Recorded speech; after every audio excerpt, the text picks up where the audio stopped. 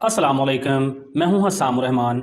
आज के लेक्चर में हम डिस्कस करेंगे कि हम बैक्टीरियल ग्रोथ को कैसे कंट्रोल कर सकते हैं। तो इसके दो तरीके हैं, एक है फिजिकल मेथड और एक है केमिकल मेथड। फिजिकल मेथड के अंदर हम steam, dry heat, gas, filtration या रेडिएशन के जरिए बैक्टीरियल ग्रोथ को हम कंट्रोल करते हैं।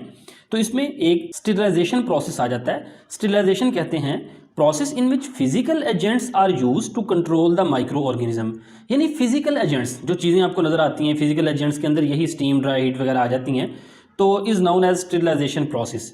तो उन फिजिकल एजेंट्स को इस्तेमाल करके अगर हम बैक्टीरियल ग्रोथ को, माइक्रो ऑर्गेनिज्म की ग्रोथ को रोकते हैं तो इसको हम स्टेरिलाइजेशन प्रोसेस कहते हैं। आपने सुना होगा कि आपने ये औजार जो से स्टेरिलाइज किए हैं या नहीं। It is destruction of all life form, यानी स्टेरिलाइजेशन में हम तमाम जो माइक्रो ऑर्गेनिज्म लाइफ है उसको ख़त्म करते हैं। यूज़ ऑफ हीट, सबसे पहले हीट की बात करें। हाई टेम्परेचर को इस्तेमाल किया जाता है माइक्रोबियोलॉजिकल लैब्स के अंदर, यानी उन लैब्स में माइक्रो ऑर्गेनिज्म की ग्रोथ को रोकने के लिए। इसी तरह moist heat cause coagulation of protein and kill microbes, यानी अगर हम मॉइस्ट हीट इस्तेमाल करें तो वो उस बैक्टीरिया की जो प्रोटीन है उसको कोएगुलेट कर देती है, जमा देती है और उसको किल कर देती है। और अगर हम ड्राई हीट इस्तेमाल करें तो ये क्या करती है, cause oxidation of chemical constituents of microbes and kill them, यानी ये उस बैक्टीरिया के जो कंपाउंड्स हैं उनको ऑक्सीडाइज कर देती है।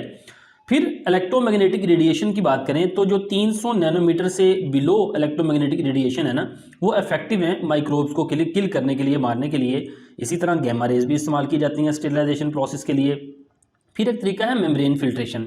देखिए, ये जो आप हीट का इस्तेमाल कर रहे हैं या इलेक्ट्रोमैग्नेटिक रेडिएशन का इस्तेमाल कर रहे हैं, इससे क्या होता है, फ़र्ज़ करें आपने किसी ऐसे कंपाउंड में से माइक्रोबियल ग्रोथ को रोकना है, तो इस तरीके से वो आपका कंपाउंड भी डैमेज हो सकता है। Membrane filters are use to sterilise heat sensitive compounds. तो उन कंपाउंड्स के लिए हम ये मेम्ब्रेन के जरिए उनको फिल्टर करते हैं, यानी फिल्ट्रेशन से माइक्रो ऑर्गेनिज्म अलहदा कर लेते हैं और अपने कंपाउंड को अलहदा। कौन से कंपाउंड?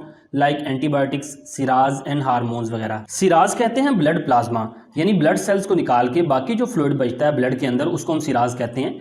दूसरा तरीका है केमिकल मेथड। इस तरीके में माइक्रोबियल ग्रोथ को रोकने के लिए केमिकल्स का इस्तेमाल किया जाता है, जैसा कि एंटीसेप्टिक्स और डिसइंफेक्टेंट्स। एंटीसेप्टिक्स कहते हैं chemical substances used on living tissues that inhibit the growth of micro organism, यानी जिंदा जानदारों के ऊपर से अगर आप माइक्रो ऑर्गेनिज्म को ग्रोथ को रोकना चाहते हैं तो उन केमिकल्स को हम एंटीसेप्टिक्स कहते हैं। जैसे कहीं पे जख्म वगैरह हो जाए तो हम लगाते हैं पायोडीन वगैरह। और जबकि डिसइंफेक्टेंट्स कहते हैं वो केमिकल्स जो inhibit the growth of vegetative cells and are used on the non living material, यानी नॉन लिविंग मटेरियल के ऊपर जो वेजिटेटिव सेल हैं यानी माइक्रो ऑर्गेनिज्म है उनकी ग्रोथ को रोकने के लिए इस्तेमाल होते हैं डिसइंफेक्टेंट्स।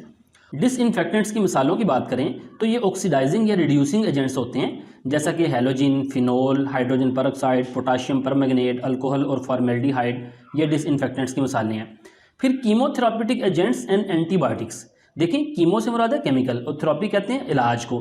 तो कीमोथेराप्यूटिक एजेंट से मुराद है केमिकल जो इलाज के लिए इस्तेमाल होते हैं। और antibiotics work with the natural defence, यानी हमारे इम्यून सिस्टम के साथ मिलकर ये केमिकल काम करते हैं and stop the growth of bacteria and microbes. इनकी मिसालों में सल्फोनामाइड्स, टेट्रासाइक्लिन, पेनिसिलिन वगैरह आ जाते हैं। इसी तरह ये जो दो टर्म्स हैं माइक्रोबिसाइडल और माइक्रोबिस्टेटिक। माइक्रोबिसाइडल, साइडल कहते हैं सुसाइड, यानी ऐसी केमिकल होते हैं जो माइक्रो ऑर्गेनिज्म को किल कर देते हैं। जबकि माइक्रोबिस्टेटिक, स्टेटिक कहते हैं रोक देना, यानी ऐसे केमिकल जो माइक्रो ऑर्गेनिज्म की ग्रोथ को रोक देते हैं, किल तो नहीं करते लेकिन उनकी ग्रोथ को रोक देते हैं। अब ये माइक्रोबिसाइडल और माइक्रोबिस्टेटिक काम किस तरह से करते हैं?